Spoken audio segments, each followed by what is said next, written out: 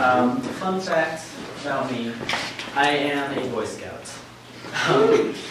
And I have been since I was 7 years old. And the Boy Scout program, I don't know, it's not for everybody.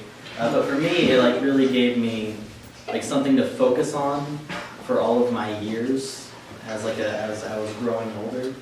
I'm not really a person who does people.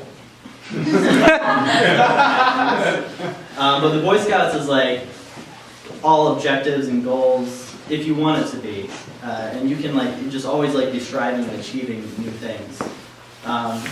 So I mean I was an Eagle Scout by the time I was 14, and then there's only one place to go in scouting from there, which is the Order of the Arrow. It's the honor society of the Boy Scouts. You get involved. It's youth run. This big national thing. And I remember in 2009, I was 15 years old. I went to our big national conference at Indiana State University. And it was the most amazing thing I'd seen in my entire life. There were 7,000 Boy Scouts on this campus for this week. Just doing scout things, being Boy Scouts. But the one thing that really hit me was we have these national youth officers in the Order of the Arrow, and they're these guys that at this event, they made way too big a deal about them. Six guys under the age of 21 who were these national officers. We had bobbleheads, life-size cardboard cutouts.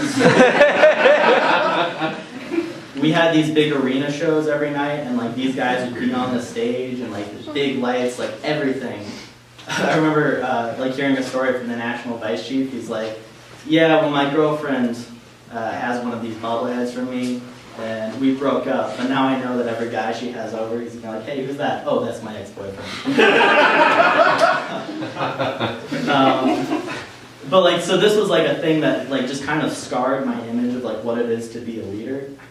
Because it in my head then became this thing that's oh, it's this glamorous thing that you want to achieve and you want to be that. So I focused when I was 15, focused my entire rest of my teenage years from then on to be focused on becoming one of those guys.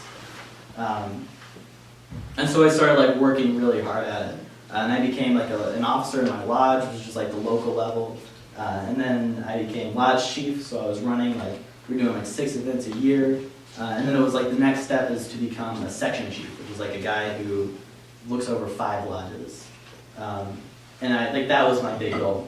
And I ran for section chief, and I lost. And then the year after that, ran for section chief again, and I lost again. And then it was really beating me down. I wasn't lodge chief that year. I was I had nothing left. And then I went one more year. I was this is going to be my year. This is going to be my year.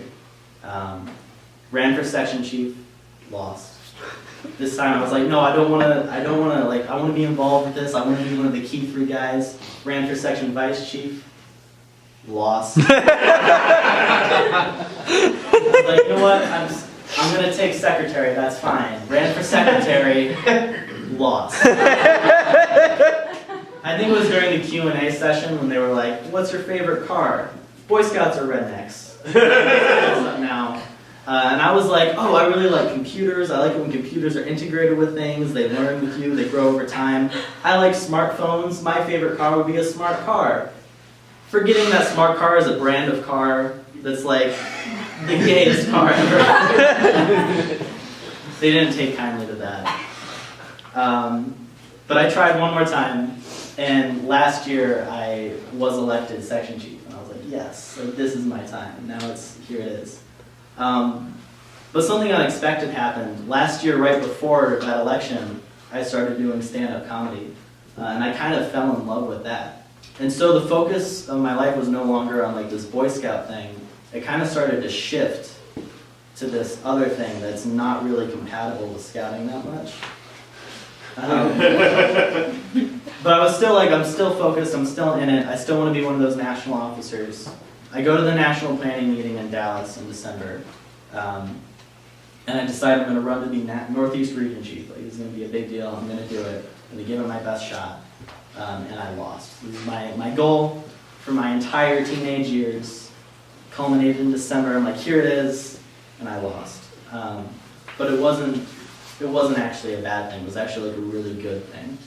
Because I had found this other thing. I had found this community here in Rochester of comedians doing this thing that I really love. And I knew that if I had been region chief, like I would have not been able to do that this year. I wouldn't be able to keep telling jokes like I want to. I would have had to put on my scout uniform every day and like go and do scout things. So I guess like ultimately the triumph is that sometimes like the place where you are, like you think this is where you should be, and it's not actually the thing that's for you. Like I found another community, and I'm really happy with it. So triumph.